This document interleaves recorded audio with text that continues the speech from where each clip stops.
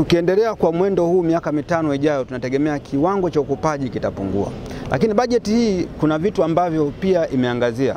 Lengo letu ni kuhakikisha kwamba tuna acknowledge au tunatambua yale maeneo ambayo serikali inapendekeza kufanya maboresho ambayo yanakwenda kuleta relief au kuleta matokeo chanya na kusaidia ukuaji wa biashara Tanzania.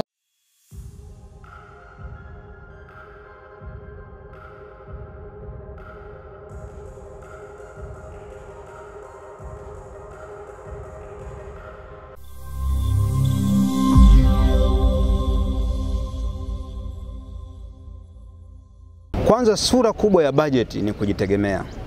Bajeti hii imetoka kutoka trilioni 20 mwaka 2020 na mwaka 2021 kwenda trilioni 40 ambazo zitakuwa zinakusanywa na mapato ya ndani.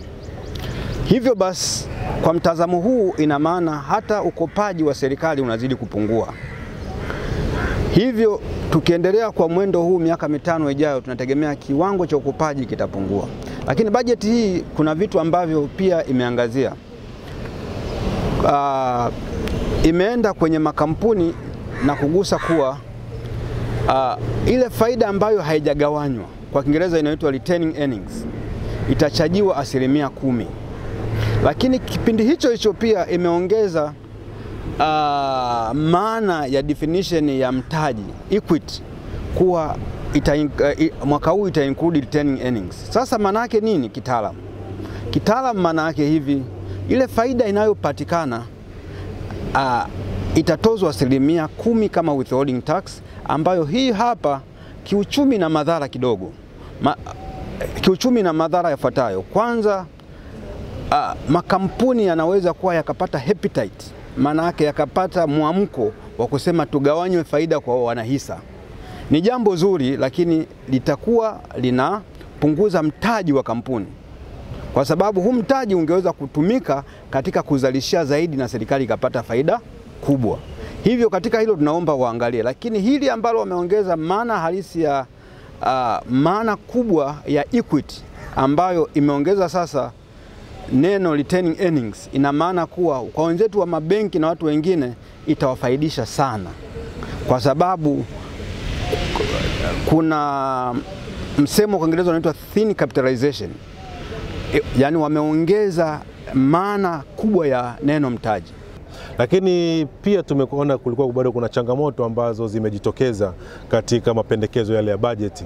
Mojawapo ni jinsi gani wameweka ongezeko zuio la kodi katika faida ambayo kampuni inapata. Tukitambua kwamba faida, wakati paka kampuni imepata faida, ni kwamba tayari imeshatoa gharama zake nyingi, lakini pia imeshatozwa 30% ya kodi. Pale ndipo mtu anasema faida yangu ameipata na anaweza akakaa nayo kwa lengo la kukuza biashara.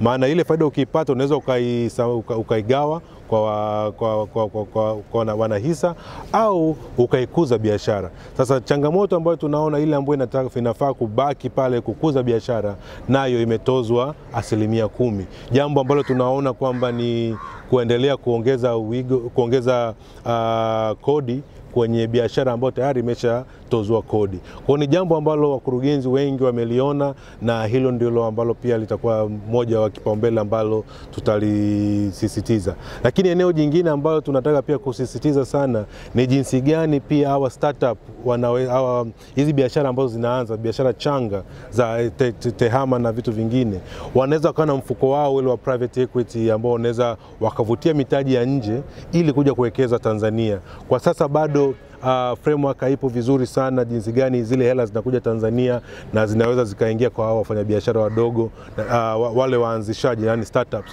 Na ndio maana tunaona wingi kubwa la startup liko nje ya Tanzania kuliko hapa Tanzania. Tukiamini kwamba tukiweza kubadilisha mfumo wetu wa kodi, hawa pia wataweza kuvutia hiyo mitaji na biashara zao kukua, hivyo kuongeza wigo wa ukusanyaji kodi nchini.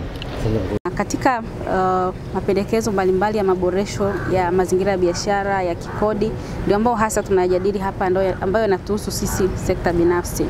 Lengo letu ni kuhakikisha kwamba tuna acknowledge au tunatambua yale maeneo ambayo serikali inapendekeza kufanya maboresho ambayo yanakwenda kuleta relief au kuleta matokeo chanya na kusaidia ukuaji wa biashara Tanzania. Basi tunashukuru serikali na kuweza kutilia mkazo kwamba hayo maboresho yaendelee.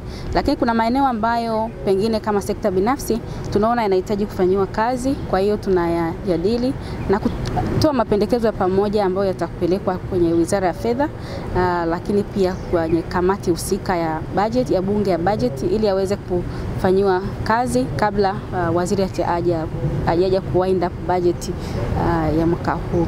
Kwa hiyo kwa mfano kama sisi taasisi ya wanawake Tanzania TWCC, kuna maeneo ambayo budget hii ya serikali imetufurahisha kwa kweli. Kuna maboresho ambayo na mapendekezo ya maboresho ambayo yametufurahisha, na tunaamini yanakwenda kukuza uchumi wetu na yanakwenda kuendeleza kazi nzuri ambayo inafanywa na serikali yetu chini ya uongozi wa Dr. Samia Suluhu Hassan, Rais wetu wa Jamhuri ya Muungano wa Tanzania. Tumeona mambo mengi ambayo yamefanyika kwa kipindi cha miaka 4 hii, ni maboresho mengi ambayo serikali imeyafanya. Na kwa mfano wanawake, tunajua wanawake wanatumia muda mwingi kwenye shughuli za familia, lakini wakati huo wanatakiwa kutumia muda pia kwenye biashara.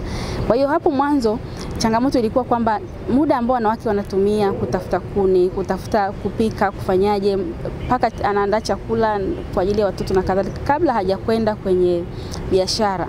Lakini Mheshimiwa Rais amekuja na mpango wa kuwezesha wanawake kuingia kwenye nishati safi ya kupikia, ambao tunaita ni clean cooking energy, ambao sasa inampunguzia mwanamke muda ambao amekuwa akispenda wakitumia katika shughuli za nyumbani.